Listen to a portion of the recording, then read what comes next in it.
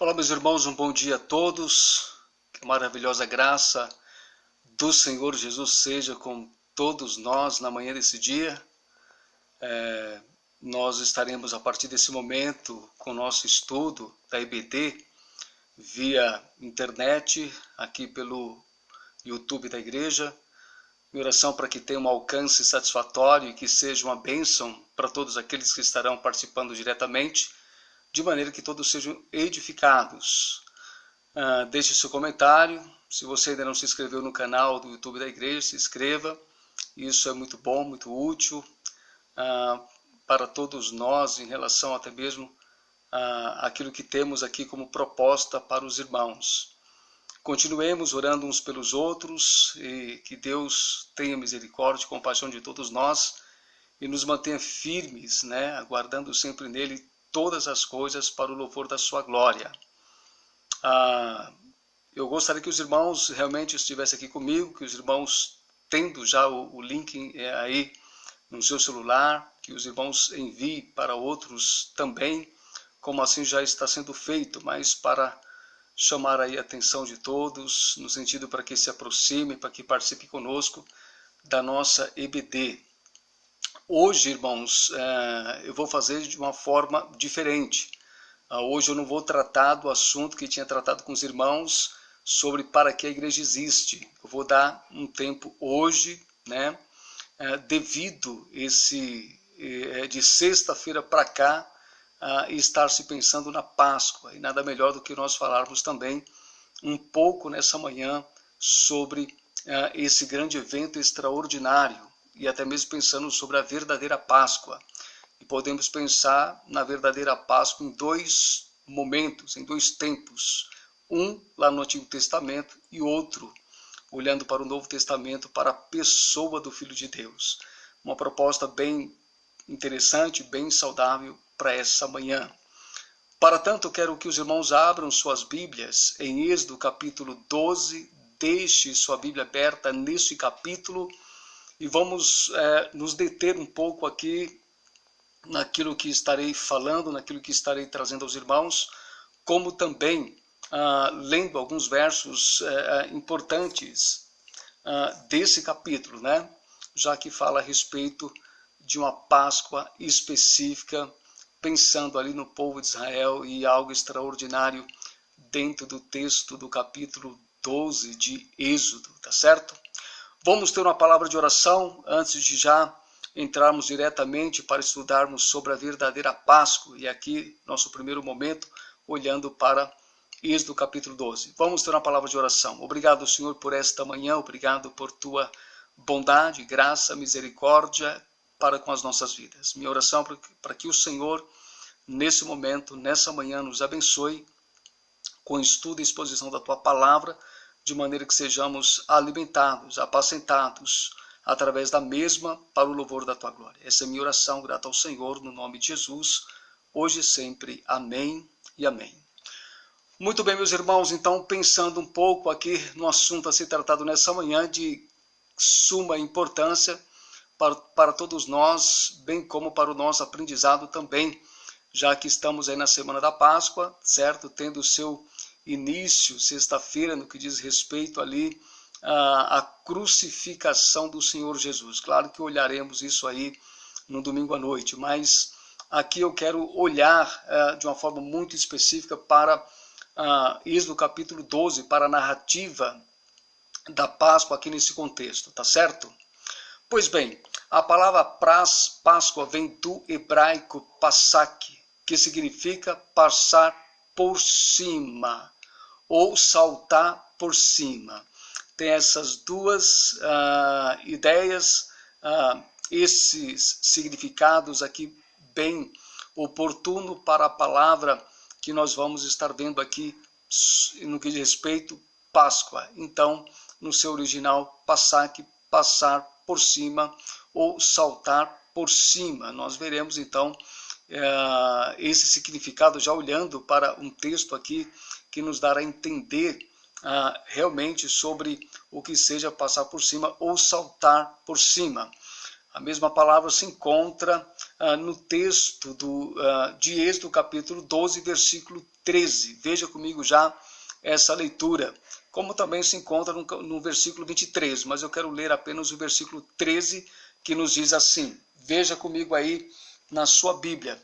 Êxodo capítulo 12, versículo 13. Diz assim: o sangue vos será por sinal nas casas em que estiverdes. Quando eu vir o sangue, passarei por vós, e não haverá entre vós praga destruidora, quando eu ferir a terra do Egito. Então a expressão passarei por vós, ou passarei, ou como está no versículo 23, onde diz ali, passará o Senhor aquela porta e não permitirá ao destruidor que entre em vossas casas para vos ferir. Então, tanto o versículo 13 como o versículo 23, ela está aí falando a respeito de passar por cima ou saltar por cima, que é a ideia central aí, ou do significado da palavra no hebraico passak. Então, nos traz aí essa boa declaração para um entendimento bem coerente, bem saudável com a palavra propriamente dito. Isso é importante nós termos aí então esta direção e este sentido da palavra. Sua tradução vem da proposta de Deus em poupar da destruição o seu povo, resultando na libertação da escravidão no Egito, né? Então a palavra, claro que ela traz aí essa proposta. A sua tradução é muito enfática em relação a isso, quando nós olhamos para todo o contexto de Êxodo, principalmente a partir dos capítulos 7 em diante, onde Deus mesmo vai intervir na história do seu povo de Israel, no que diz respeito ao seu tempo de escravidão ali no Egito. Então é realmente essa boa proposta de estar poupando aqueles que são seus, da destruição, literalmente, né? E assim, então, trazendo libertação literal em relação ao povo que se encontrava no Egito nesse tempo, conforme o texto nos traz essa narrativa. Importante. O primeiro momento que a palavra Páscoa aparece na Bíblia está em Êxodo capítulo 12, versículo 11, onde Deus está instruindo o seu povo para a realização da Páscoa, que por sua vez aponta para a libertação do seu povo e juízo sobre o Egito. Veja comigo então o versículo 11 aqui do capítulo 12 de Êxodo, que nos diz assim, versículo 11. Desta maneira o comereis, lombos cingidos, sandálias nos pés e cajado na mão. Comê-lo-eis à pressa, é Páscoa do Senhor. Então nós estamos vendo aqui a palavra Páscoa, literalmente sendo destacada aqui no versículo 11 do capítulo 12 de Êxodo, e quando nós já percebemos aqui algumas instruções que Deus já passa a dar ao seu povo, a maneira, a forma como eles iriam comer essa Páscoa, lembrando ali então, para nós, realmente, os acontecimentos que iriam suceder e a forma como Deus já, então, declara a forma como essa Páscoa deveria ser comida, certo? Então, aqui a palavra aparece, surge pela primeira vez aqui de uma forma muito interessante, aqui quando nós pensamos na palavra Páscoa, aparece aqui primeiramente no livro de Êxodo, né? Então isso fica bem direcionado para nós, bem certo para nós, sobre a respeito do que Deus está para realizar e fazer a favor do seu povo, né? Nos dando aí uma boa compreensão no que diz respeito à libertação, literalmente, dos judeus, dos israelitas, do jugo, né? de Faraó ali no Egito, e ao mesmo tempo também já manifestando juízo sobre a terra do Egito, ou sobre o Egito, de uma forma em que o seu povo seria resguardado pelo Senhor e protegido para o seu livramento a tempo, né? Muito bem, devido ao sofrimento pela escravidão, Deus ouviu, né, de forma muito clara, olhando para o texto de Êxodo, né? Deus ouviu, Deus ele se atentou para o clamor do seu povo e preparou, né, como seu instrumento seu servo Moisés, né, para usá-lo, né, no que diz respeito para realizar a libertação, demonstrando em todo o seu glorioso poder nas terras do Egito.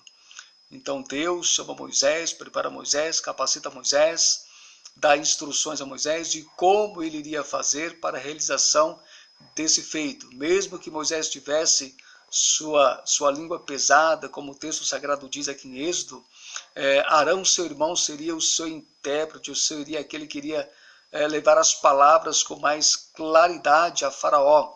Então, claro que o líder principal aqui em que Deus chama para tirar o seu povo é Moisés, certo? E aí Arão vai como seu auxiliador, ou aquele que vai auxiliá-lo, né, para transmitir as palavras diretamente para Faraó. Então Deus, claro, tem o seu líder, Moisés, né, e o chama para fazer esse grande feito na dependência do Senhor, onde por meio dele grandes demonstrações gloriosas de Deus foi feito ali com grande poder na terra do Egito por meio de Moisés.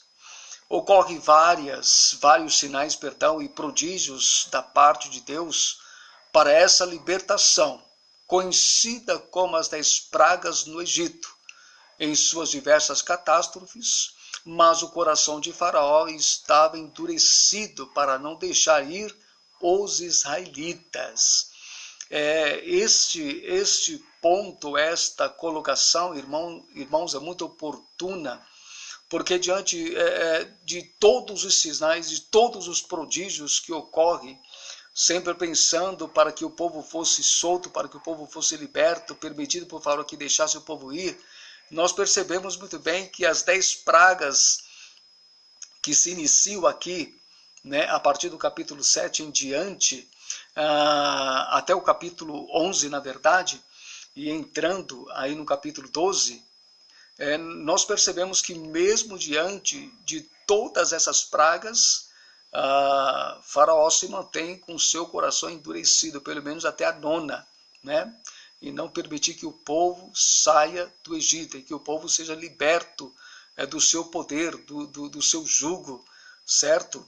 E aí nós temos alguns textos para entender melhor essas expressões que acabo de fazer, olhando para Êxodo, primeiramente capítulo 11, versículo 10, que nos diz assim, veja comigo aí na sua Bíblia, Êxodo capítulo 11, versículo 10, nos fará entender melhor essa narrativa que acabo de fazer e de pontuar aqui para os irmãos. Veja lá, Êxodo capítulo 11, versículo 10 diz assim, Moisés e Arão fizeram todas essas maravilhas perante Faraó, mas o Senhor endureceu o coração de Faraó, que não permitiu saíssem da sua terra os filhos de Israel. Mesmo diante de todos os prodígios, de todos os sinais, Deus endureceu o coração de Faraó até esse presente momento. E aí, quando nós lemos esse texto, é claro que nós vamos entender que essas 10 pragas ocorrentes ali no Egito, irmão, tem o seu início desde o capítulo 10 até chegar no versículo 11, entrando para o capítulo 12 também. Então nós vemos aqui que mesmo diante de tantas situações horríveis que já havia acontecido ali no Egito, Faraó se manteve com a sua cerviz, com o seu coração endurecido. Deus mesmo assim fez com que isso acontecesse, né? E aí nós percebemos então que muitas coisas aconteceram e não foram poucas coisas que ocorreram ali mediante todos os sinais e prodígios de Deus por meio de Moisés e Arão.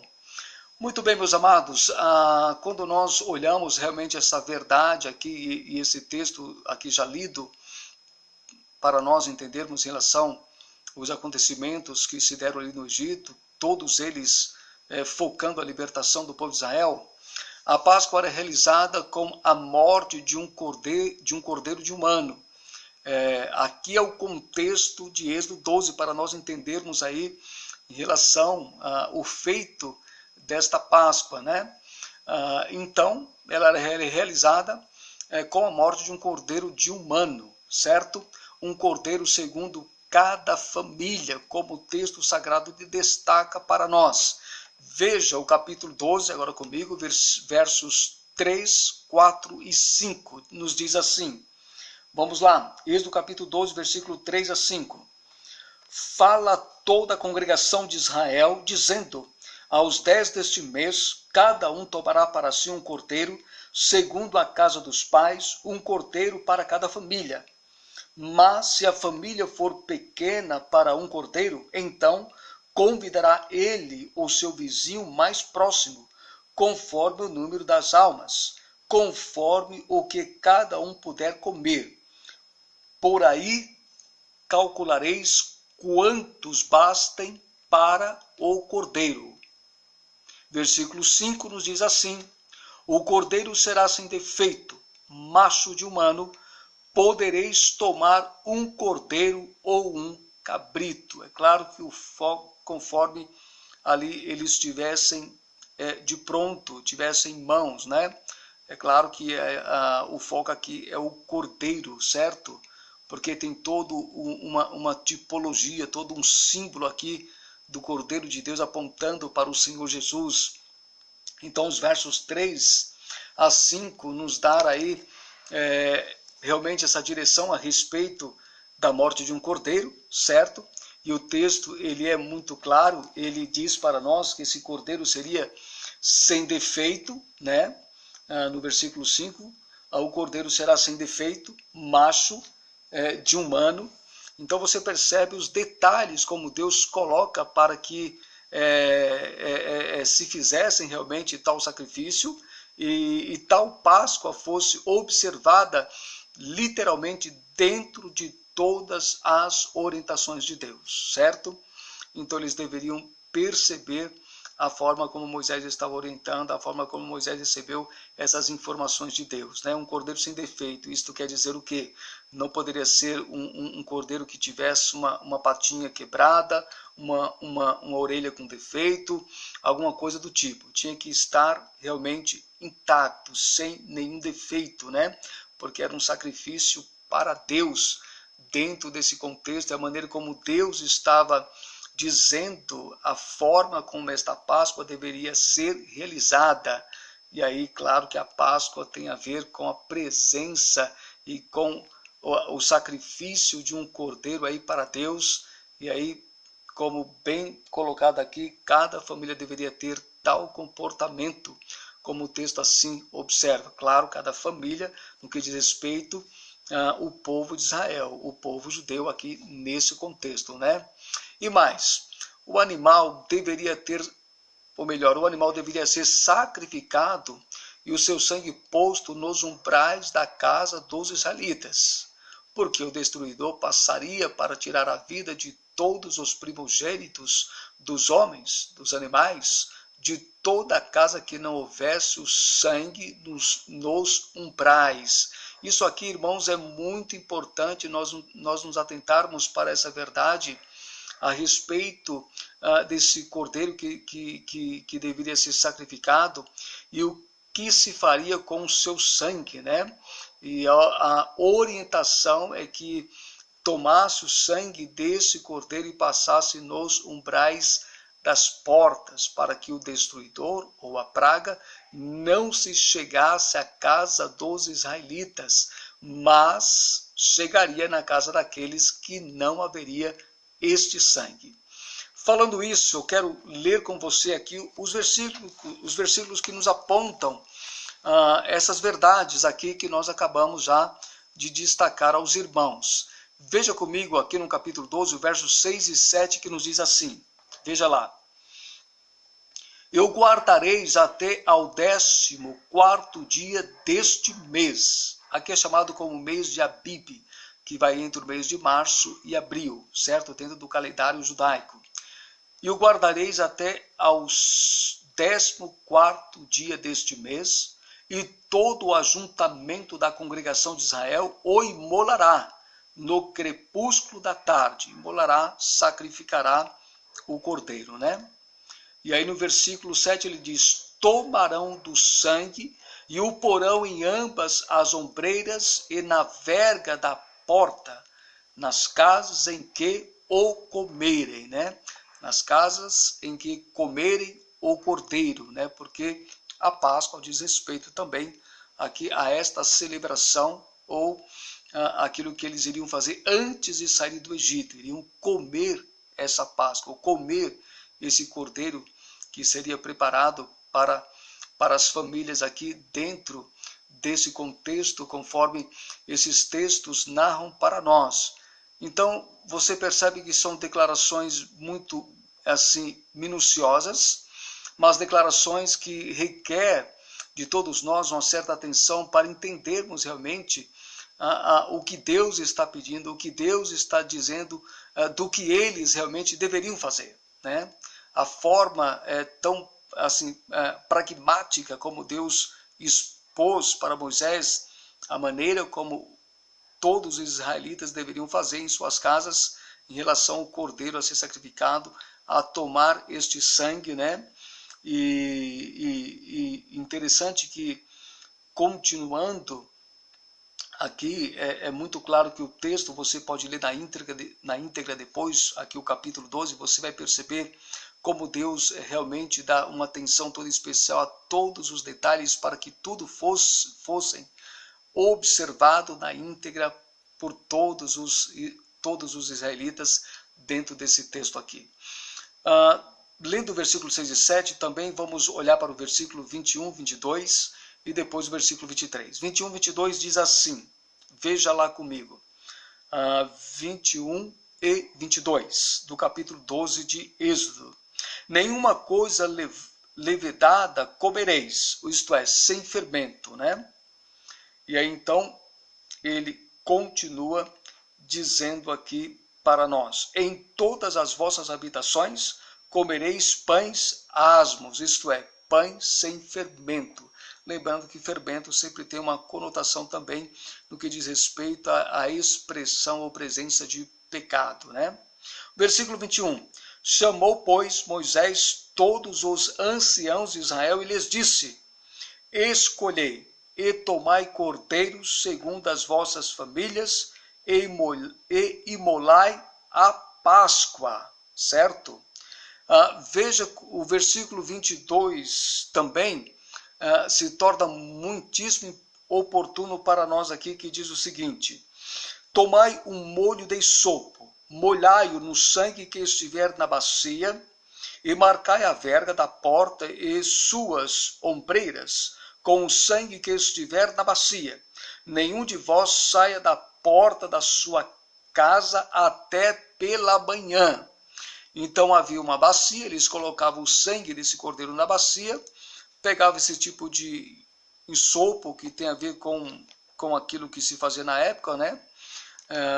Como se fizesse um montinho de algo, tem um nome específico, agora não me recordo, e ali então fazia esse montinho com certos matos, vamos dizer assim, e molhava sobre essa bacia e passava nos umbrais e nas frechas das portas, ok? Para que ali fosse um sinal para o Senhor, para que então o destruidor não entrasse na casa dos israelitas para matá-los, ou mesmo a praga. E aí nós percebemos que Deus dá toda a orientação necessária do que eles deveriam fazer.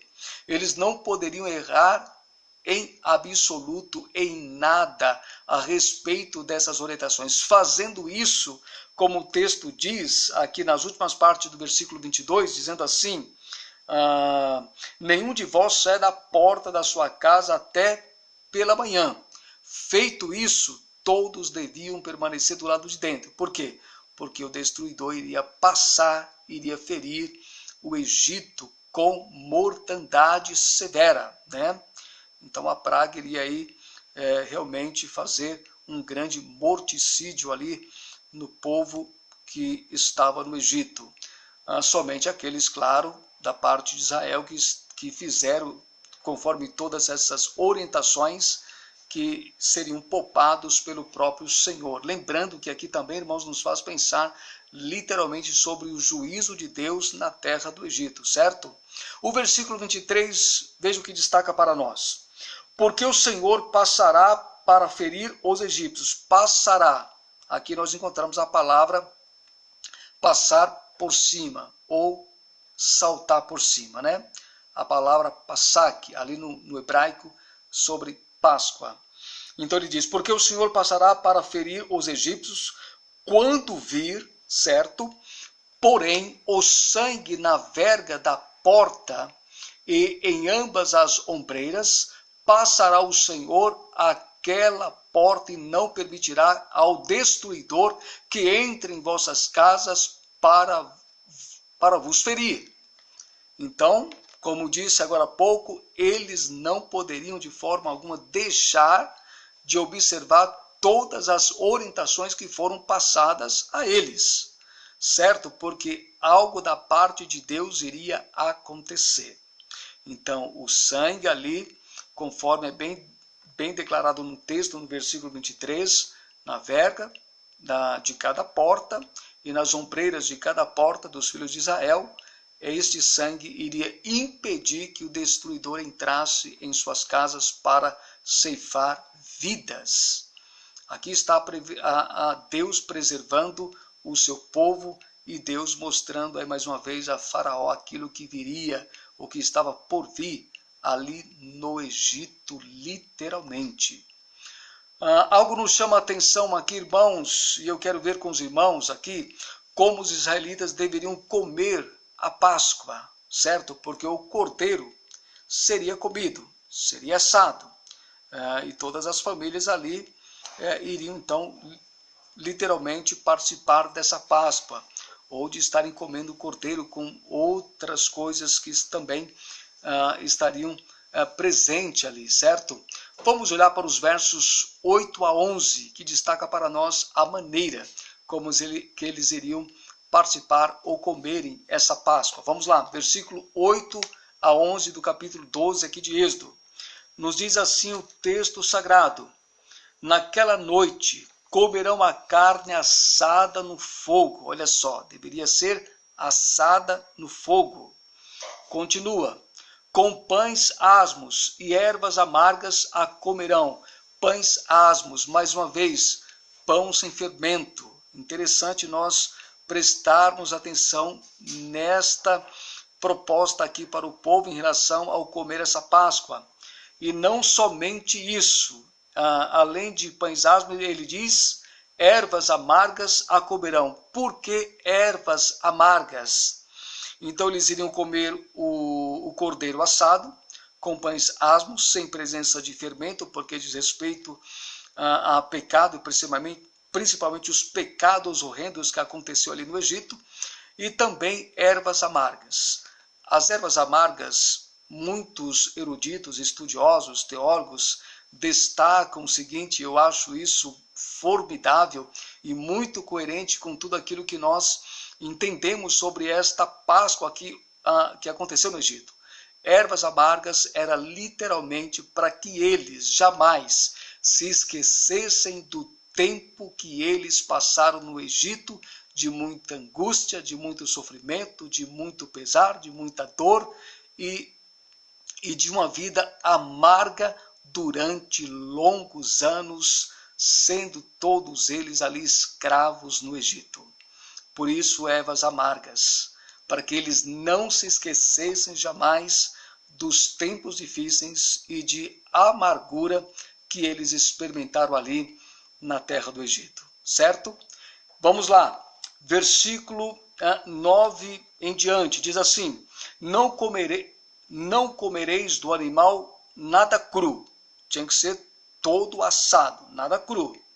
E aí ele continua, nem cozido em água, porém assado ao fogo, a cabeça, as pernas e a fressura. Versículo 10 e 11, nada deixareis dele até pela manhã. Deveriam comer, né, durante aquela noite em que o cordeiro seria imolado, seria sacrificado. Né? Nada deixareis dele até pela manhã.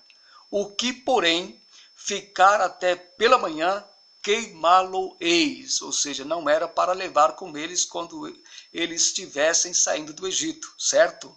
Era para ser queimado, então, aqui no fogo, né? Versículo 11, diz assim, desta maneira o comereis. Aí aqui já mostra a forma, aqui mostra o comportamento como eles iriam comer esta Páscoa, isto é, o cordeiro assado, os pães asmos e as ervas amargas. Versículo 11, ele é muito pontual em tudo aquilo que nós estamos vendo e lendo até aqui. Veja aqui comigo. Versículo 11.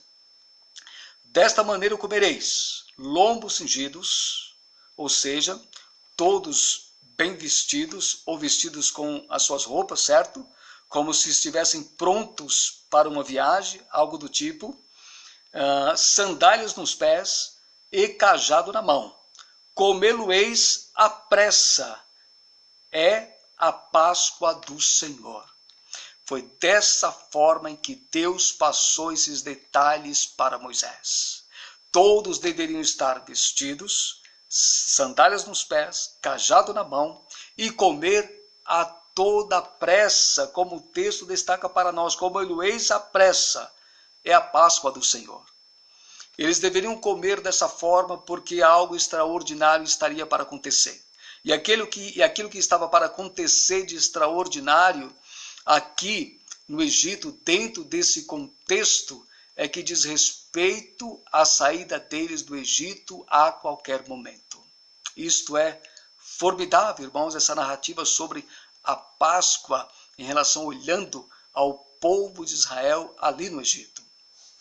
Interessante também que é na 10ª praga que tudo acontece. A realização da Páscoa, a morte dos primogênitos dos egípcios e a libertação do povo de Israel. O capítulo 11, desde o capítulo 11, chegando aí, entrando já no capítulo 12, dos versos 12, versículo 12, depois versículo 29, eu quero ler com os irmãos essa leitura e outros versos também, importantíssimo para nós entendermos aqui em relação à última praga que está para acontecer e as orientações em que Deus havia dado a Moisés, e Moisés, dado ao povo de Israel, deveria ser cumprido literalmente. Veja lá, então a narrativa em relação às pragas vem desde o capítulo 7, claro, entrando no capítulo 12, perfeito. Então aqui no versículo 12 e 29 do capítulo 12 de Êxodo, diz assim, versículo 12, porque naquela noite passarei pela terra do Egito e ferirei na terra do Egito todos os primogênitos, desde os homens até aos animais. Executarei juízo sobre todos os deuses do Egito. Eu sou o Senhor. Agora versículo 29 diz assim, do versículo 29 até o versículo 33, depois o versículo 37. Vamos lá. Diz assim então, versos 29 a 33, diz assim, aconteceu que à meia-noite feriu o Senhor todos os primogênitos na terra do Egito, desde os primogênitos de Israel, que se assentava no seu trono, até ao primogênito do cativo que estava na enxovia, e todos os primogênitos dos animais. Versículo 30 e diante. Levantou-se Faraó de noite, ele, todos os seus oficiais e todos os egípcios, e fez-se grande clamor no Egito, pois não havia casa em que não houvesse morto. Então, naquela mesma noite, Faraó chamou a Moisés e a Arão, e lhes disse, levantai-vos, sai do meio do meu povo, tanto vós como os filhos de Israel, ide, servi ao Senhor como tendes dito. Versículo 32 e 33, nos diz assim, levai também convosco vossas ovelhas e vosso gado, como tendes dito, ide-vos embora e abençoai-me também a mim. Os egípcios apertavam com o povo, apressando-se em lançá-los fora da terra, pois diziam: todos morreremos. Versículo 37 diz o seguinte: assim partiram os filhos de Israel de Ramessés para Sucote, cerca de 600.000 a pé, somente de homens, sem contar mulheres e crianças. Então, a partir daqui, diante dessa narrativa, nós já estamos vendo os feitos de Deus poderoso. Isso é, em que a praga chega-se a todo o Egito, assim trazendo mortandade a todos os primogênitos de Faraó, como também dos animais. Então, o que nós olhamos, irmãos, e nos atentamos para essas verdades, é a forma como Deus havia falado ao coração de Moisés e como as coisas iriam acontecer. E, de fato, elas estavam acontecendo e, de fato, o povo foi visitado por Deus para tal libertação. Então, isso trouxe um grande pavor, um grande temor ao coração de Faraó e todos os seus, a ponto de apressar os filhos de Israel a sair imediatamente do Egito, porque eles estavam com grande temor em que nenhum deles escapassem vivos diante de mais um sinal poderoso de Deus para abençoar o seu povo e livrar o seu povo do Egito. Muito bem, a partir de então os israelitas deveriam celebrar a Páscoa anualmente para trazer à memória o que Deus havia feito por eles no Egito, como o Senhor, pelo seu poder, os libertou de uma forma muito graciosa. Veja o que diz o versículo 14 aqui do capítulo 12 de Êxodo. Versículo 14, ele nos diz assim: esse dia vos será por memorial, e o celebrareis como solenidade ao Senhor nas vossas gerações, e celebrareis por estatuto perpétuo. Irmãos, os judeus nunca deixaram de observar esta Páscoa, para que eles não se esquecessem daquilo que Deus havia feito a eles no passado. Lembrando, quando você ler nos evangelhos, você vai perceber que o próprio Jesus participa dessa Páscoa com os seus discípulos. Lembra quando eles diz para que eles fossem a tal lugar e preparassem a Páscoa para eles, e aquela seria a última Páscoa do Senhor com eles, onde Jesus, juntamente com os seus 11 discípulos, ou melhor, com os 12 ali, né? Porque até então Judas ainda estava. Quando participa daquela Páscoa, ele come um cordeiro assado, ele come os pães asmos sem fermento e também as ervas amargas, porque fazia parte dessa refeição. E essa refeição era uma solenidade, algo memorial, em que todos os judeus assim participavam para trazer à memória os feitos de Deus naquilo que diz respeito ao livramento deles ali no Egito. Ali foi então a Páscoa do Senhor. E esta Páscoa nos faz pensar no que Deus fez primeiramente ali em Êxodo, capítulo 12, a favor do seu povo. Isso é extraordinário.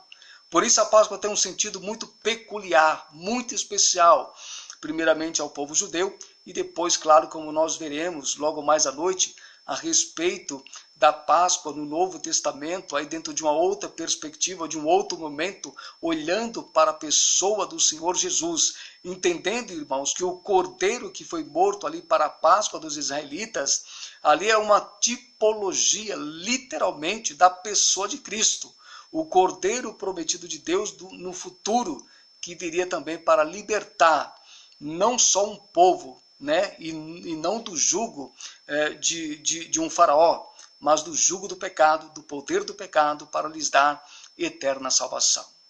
Vamos concluir aqui os nossos pensamentos nesse momento?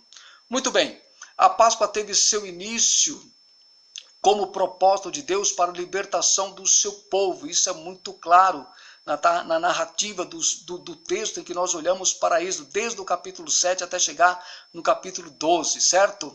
Quando se encontraram cativos no Egito, por um período, isso aqui nos chama a atenção, e amados, o tempo que eles estavam ali debaixo de jugo.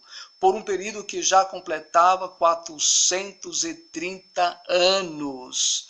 Então, 430 anos, o povo clamou, Deus ouviu o clamor do povo, Deus levantou um líder chamado Moisés, levou esse líder ali no meio do povo, deu todas as orientações para chegar ali no capítulo 12 e mostrar ali então o ponto final que Deus estaria colocando nessa história de jugo, de sofrimento, de angústia, de grande dor, de grande sofrimento, né?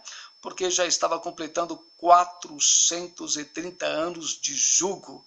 Haja sofrimento no meio desse povo. Então a Páscoa, realmente, irmãos, tinha esse propósito de Deus. Ela foi estabelecida dentro dos desígnios de Deus, da vontade de Deus, pensando no seu povo, em libertar o seu povo, em restaurar o seu povo, em tirar o seu povo ali literalmente do poder faraônico, do poder ali do Egito, certo? Páscoa, resumidamente, é livramento, libertação, redenção, quebra de jugo. Foi o que aconteceu literalmente ali no que diz respeito ao povo judeu, ao povo de Israel, dentro daquele contexto no Egito, certo? Páscoa também nos faz pensar literalmente, Páscoa é sacrifício de um cordeiro, de fato. Nós vemos isso no capítulo 12 de Êxodo, que através do seu sangue pouparia os israelitas do juízo que viria sobre o Egito. A Páscoa estabelecida por Deus, a Páscoa pontual, biblicamente falando, aponta literalmente para o sacrifício de um cordeiro, com a finalidade de preservar a casa, a família de todos os israelitas no que diz respeito ao juízo de Deus que viria sobre o Egito, e de fato veio, e de fato foi de grande mortandade ali no Egito. Assim, irmãos, é a Páscoa bíblica. É assim que Deus nos apresenta esta Páscoa em Êxodo. Algo extraordinário da parte de Deus, trazendo livramento para o seu povo, trazendo redenção, trazendo libertação de um jugo que durava já há 430 anos. Que nós possamos entender qual a proposta da verdadeira Páscoa bíblica, uma proposta totalmente diferenciada do que seja a Páscoa em que anos e anos já tem sido celebrado, onde eu penso que serve muitas vezes para ofuscar, para tirar o brilho e a verdade daquilo que Deus narra para o coração de todos nós, principalmente para aqueles que o temem, que o amam e o conhecem como Senhor e Salvador na pessoa do seu Filho Jesus. Queridos, essa é a nossa meditação, essa é a nossa lição nessa manhã, para aprendermos um pouco sobre a respeito da verdadeira Páscoa, aqui vendo esse primeiro momento dessa Páscoa, há um segundo momento que nós veremos à noite, e aí já voltados os nossos pensamentos, não mais para esse acontecimento notório do Antigo Testamento, mas olhando agora para aquilo que foi feito em relação ao próprio Senhor Jesus na cruz do Calvário. Há um texto específico que deixa claro que Jesus, ele foi o Cordeiro Pascal de Deus para a vida agora de pessoas, para serem salvas e libertas do poder do pecado. Deus nos abençoe, espero que você tenha sido abençoado com essas palavras, com essa reflexão, com esse breve estudo, e que Deus guarde você, sua casa, sua família, mantenha você, meu irmão, com sua vida espiritual intacta, persevere, não deixe de perseverar, continue olhando para o autor e consumador da fé, o Senhor Jesus. Não deixe de você curtir aí o canal do YouTube da igreja, participe, vamos fazer as coisas funcionar dentro daquilo que Deus tem nos dado para o louvor da sua glória. Forte abraço, Deus abençoe, um excelente domingo de ressurreição no Senhor Jesus, porque o nosso Cristo vive, ele é eterno e ele voltará para buscar os seus. Forte abraço, Deus assim nos abençoe em Cristo, continuemos a orar uns pelos outros, pela vida espiritual de todos nós, da igreja, de todas as famílias, e para que Deus tenha misericórdia do nosso povo e do nosso Brasil. Deus nos abençoe. Abraço a todos em Cristo Jesus.